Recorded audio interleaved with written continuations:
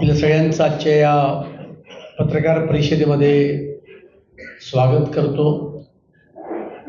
आज विधानसभा निवडणुकीच्या उमेदवारी अर्जाचा माघार घेण्याचा आज शेवटचा दिवस होता आणि खऱ्या अर्थाने आजपासून सर्व विधानसभेच्या निवडणुकीचं प्रचाराची रणधुमाळी ही चालू होतीये। भारतीय जनता पार्टी आणि महायुती यांच्या अधिकृत उमेदवारांच्या समोर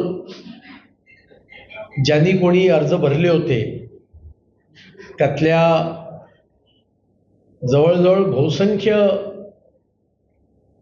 उमेदवारांनी अर्ज मागे घेतले आणि त्यामुळे महायुती ही आता पूर्णपणे प्रचाराचा शंखनाद करून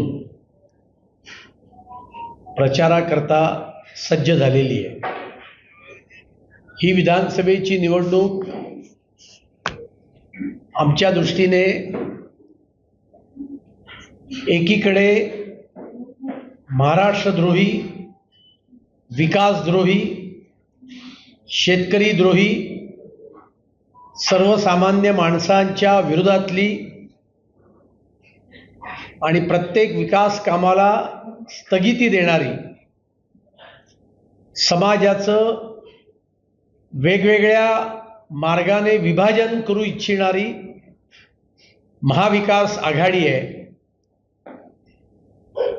आणि त्याच ठिकाणी महायुती ज्यांनी माननीय नरेंद्र मोदीजींच्या नेतृत्वाखाली महाराष्ट्राच्या विकासाची घोडदौड ही गतीने त्या ठिकाणी चालू केली आहे। या दोन महाविकास आघाडी आणि महायुतीमधला खऱ्या अर्थाने महाराष्ट्राला कुठे घेऊन जाणार याचा निर्णय करणारी ही निवडणूक आहे। भारतीय जनता पार्टीने अमित ठाकरेंना पाठिंबा दिलाय, महायुतीत मैत्रीपूर्ण लढत होईल। आपल्या प्रश्नाचंच उत्तर दडलेलं आहे की अजून एक तास शिल्लक आहे, त्याच्यामुळे देखो आगे क्या क्या होता ठाण्यातला देखील मनसेने उमेदवारी भरलेली, ठाण्यातला देखील मनसे उमेदवार दिलेला आहे। माहीम आणि शिवडीमध्ये भाजपने मनसेला पाठिंबा दिलाय, मात्र इथे भाजप नाही। पहिली गोष्ट, शिवडीमध्ये महायुतीनेच त्या ठिकाणी मनसेंना पाठिंबा दिलेला आहे। माहीमची परिस्थिती ही नंतर एक निर्माण झाली आहे, त्यातूनही आम्ही मार्ग काढतो। सगळ्यांचीच इच्छा आहे की त्या ठिकाणी मनसेला पाठिंबा द्यावा आणि त्या दिशेने आम्ही पावलं उचलतोय। अजूनही वेळ शिल्लक आहे।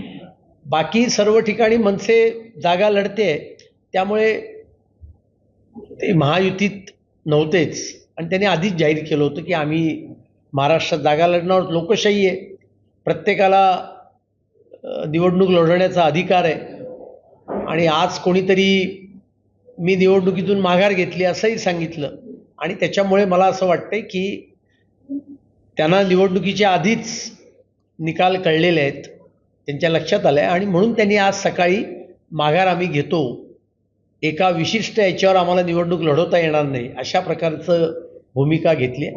मला असं वाटतंय महायुतीकरता ही सर्व जी पावलं आहेत ही शुभचिन्हक अशा प्रकारची पावलं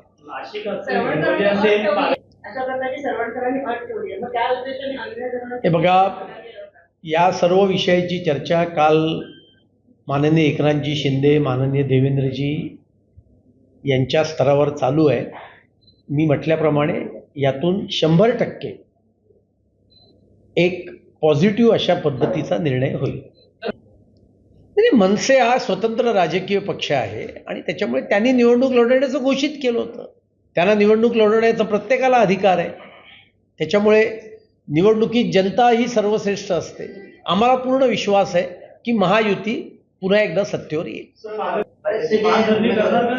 हे बघा, एखाद्या ठिकाणी नॉट रिचेबल असतील, मला जी माहिती आहे त्याच्यानुसार महायुतीमध्ये 99% ठिकाणी जिथे अर्ज भरले गेले होते त्या सर्व ठिकाणी अर्ज हे मागे घेतलेले आहेत आणि त्याच्यामुळे आम्ही विजयाकडे वाटचाल करतो.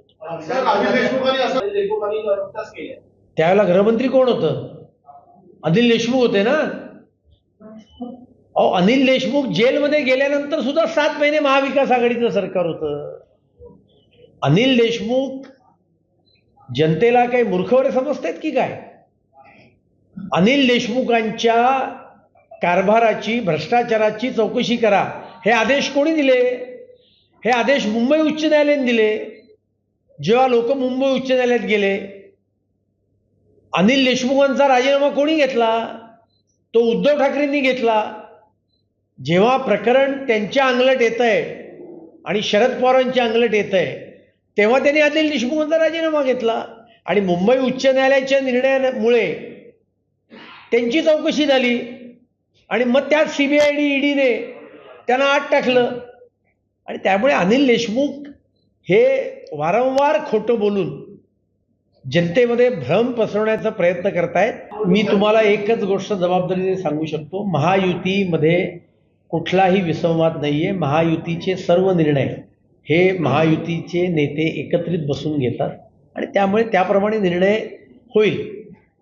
त्याप्रमाणे भाजप, त्यामुळे महायुतीमध्ये असताना देखील आपण धनुष्यबाणाचा प्रचार न करता येण्याचा प्रचार करतो. बघा, एक भूमिका भारतीय जनता पार्टीने मांडलेली आहे आणि केवळ भारतीय जनता पार्टीने मांडलेली नाही आहे. आपण पाहिलं असेल की शिवसेनेचे प्रवक्ते शालेय शिक्षण मंत्री दीपक केसरकर यांनी पण हीच भूमिका घेतली होती आणि त्याच्यामुळे त्याच्यावर चर्चा चालू आहे. हे बघा, भारतीय जनता पार्टीला दिलासा मिळणार आहे का भारतीय जनता पार्टीला त्रास होणार आहे या चर्चेमध्ये मी जाऊ इच्छित नाही आहे. लोकशाही होती, त्यांनी उमेदवार उभे करणार असं जाहीर केलं होतं.